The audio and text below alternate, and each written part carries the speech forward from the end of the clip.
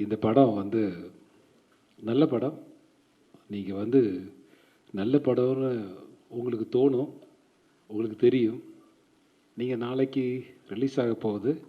நாளைக்கு வந்து நல்ல நாளும் கூட. நான் வந்து இந்த படத்தோட தயாரிப்பாளர் திரு ராஜா சார்ட்ட சொல்லிகிட்டு இருந்தேன். சார் நீங்கள் முன்னாடி அனௌன்ஸ் பண்ண டேட்டை விட நாளைக்கு பண்ணுற டேட்டு ரொம்ப நல்ல டேட்டு அப்படின்னு சொல்லிகிட்டு இருந்தேன். பிகாஸ் ஒய்னோ நாளைக்கு வந்து போகி பண்டிகை. பழசெல்லாம் நம்மகிட்ட இருக்கிற பழசெல்லாம் எரிச்சிட்டு புதுசெல்லாம் கொண்டு வந்து புதுசாக வாங்கி பண்ணணுன்றதான் நம்மளுடைய கலாச்சாரம், ஐதீகம். அதனால் நாளைக்கு நம்மளுடைய மனசில் இருக்கிற பழசெல்லாம் விட்டுட்டு புதுசாக ஆரம்பிக்க போகிற ஒரு படம் தான் வா வாத்தியார. இன்னைக்கு காலையில் நாங்களும் கார்த்தி சார், சத்யராஜ் சார்லாம் வந்து புரட்சி தலைவருடைய சமாதிக்கு போயிருந்தோம். சமாதிக்கு போகிறப்போ ஒரு மகிழ்ச்சி, சந்தோஷம் ஏற்பட்டது எங்களுக்குள்ள. அந்த இடத்துக்கு போகும்போது நான் சொன்னேன் கார்த்தி சார்ட்ட, நான் வந்து இங்கே ப்ரெஸ்ஸை மீட் பண்ணுவோன்னா நம்ம ப்ரெஸ்ஸில் பேசிக்கலாம் அப்படின்னு சொல்லிக்கிட்டு இருந்தேன்.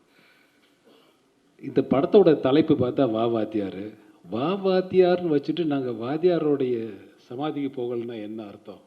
அங்கே போகணும்ல, அதான மரியாதை. அதனால் அவரை போய் பார்த்து அவருக்கு வந்து எங்களுடைய கண்ணீர் அஞ்சலியை செலுத்திட்டு இந்த படத்தை வந்து உங்களுக்கு முன்னால் வந்து கொண்டு வரலான்னு பார்க்குறோம். ஸோ அதனால் உங்களுடைய முடிந்தவரை அவருக்கு தருகிற மரியாதையாக நினைத்து எங்களுக்கு தாருங்கள். நாங்கள்லாம் வெற்றி பெறுவோன்ற நம்பிக்கை எங்களுக்கு இருக்குது. கண்டிப்பாக இந்த படத்தில் நடித்த திரு கார்த்தி அவர்கள், அண்ணன் வந்து சத்யராஜ் சார் தான் வந்து பயங்கர வெறியன். எனக்கெல்லாம் சீனியர், எனக்கு அண்ணன் தான் கூப்பிடுவான் அவரை. ஸோ எம்ஜிஆர் நான் ஒரு சில தடவை ஒரு 2-3 தடவை தான் நேராக பார்த்துருக்கேன். நான் வந்து திரைப்பட கல்லூரி மாணவனாக இருந்தபோது வள்ளுவக்கோட்டத்தில் வந்து ஒரு விழா நடந்தது. அந்த விழாவில் வந்து நாங்கள் ஒரு 15 பேர் ஸ்டூடெண்ட்ஸ் இருந்தோம். அதில் சிவராஜ்குமாரும் ஒருத்தர். சிவராஜ்குமார் என்னோட கிளாஸ்மேட் தான். ஸோ நாங்கள் என்ன பண்ணோம், ஒருத்தர் மட்டும்தான் அனுப்பணும் அப்படின்றதால நாங்கள் லேடிஸை செலக்ட் பண்ணி அனுப்பிச்சிட்டோம். Given priority to the ladies. அவங்க போய் வாங்கிட்டு வந்த அப்புறம் தான் தெரிஞ்சது நம்ம வாங்கியிருக்கலாமா, மிஸ் பண்ணிட்டோமோ அப்படின்னு சொல்லிட்டு நமக்கு தோணுச்சு.